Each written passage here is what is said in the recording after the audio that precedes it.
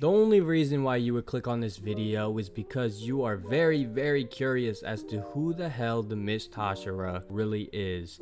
And I'm glad that you're here because this guy, to me, is my favorite character in the entire series of Demon Slayer. The entire franchise. He's actually my favorite character.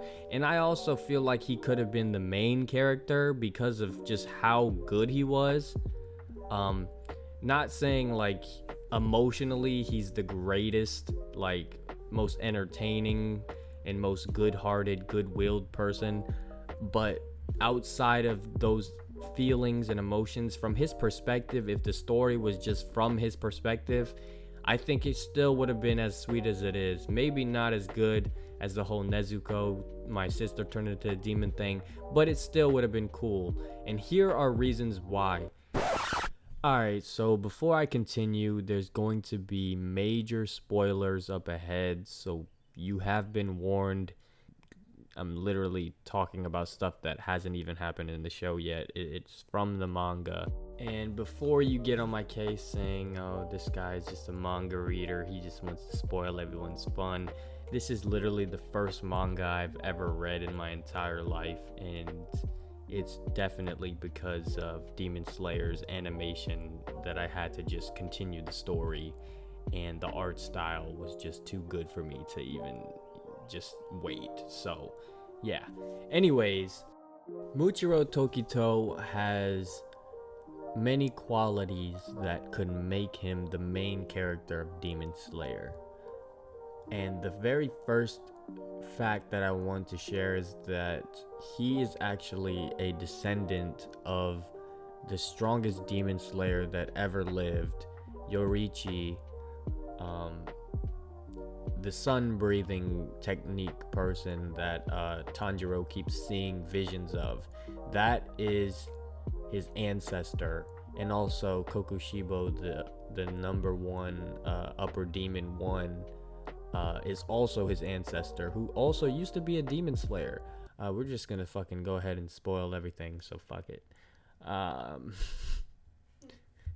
But being a descendant of the actual greatest demon slayer to ever exist is also reasoning as to how he became a hashira after 2 months of joining. He's also just 14 years old, the youngest hashira ever. So that also gives a perspective as to just how talented he is skill-wise.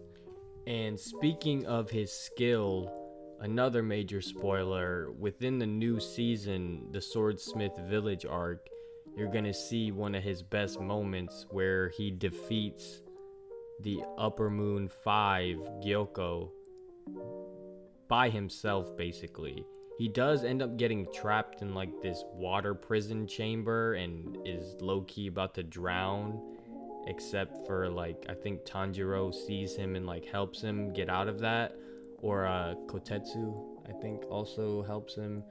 I can't remember exactly who helps him, but he ends up in a pretty bad situation. But because of his innate instincts of like the moment that truly made him a demon slayer, he's able to kind of tap into that hidden potential, and like he's almost like Gohan in that sense. Like he gets rageful and like just becomes like ultimately powerful in the moment.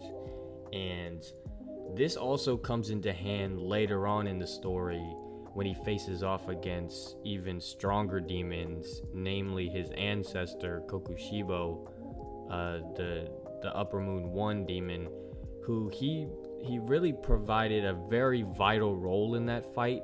First of all, the Upper Moon Demon 1 was so strong that it took like 3 hashira and like 1 powerful demon-eating demon slayer to even fight him at the same time to be able to take him down.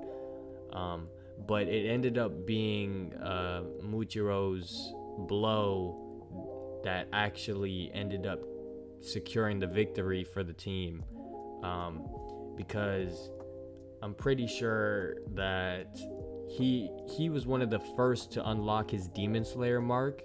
So he was able to turn his Nichiren sword red, which was able to like basically burn the skin of Kokushibo where he stabbed him, and he managed to be able to stab him as well. And meanwhile, during this fight, he suffered many injuries. He was literally impaled on a column, but still got down from that column and continued fighting until his arm got chopped off, until his torso got chopped off, and he was still fighting even after all of that, just to kill the number one upper moon demon. Like, that's how dedicated he was. And something that also sets him apart, obviously, from being the main character is because he dies after that. I mean, obviously he's gonna die. He got freaking severed like multiple pieces.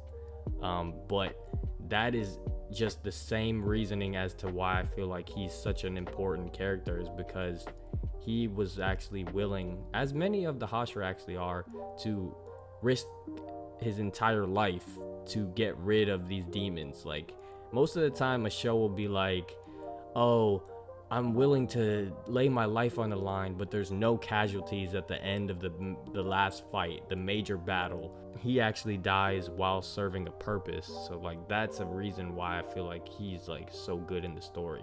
Not to mention, he also is able to unlock what some may say is probably the strongest technique that you can unlock. At the very end of the series, people start to gain the Demon Slayer marks, and when you get the Demon Slayer marks, you have the possibility of unlocking the transparent world, which is like, you get to see the inner workings of the opponent as if they're transparent, so you can predict every single move that they're gonna make, which is why Kokushiba was so strong, because he already had that and he was just using that.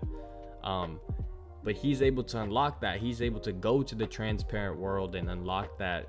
That also sets him a league above the rest of the other hashira as well. And keep in mind, he was only 14 years old, as opposed to every other Demon Slayer hashira who was like around 20 or even 18 and up, pretty much.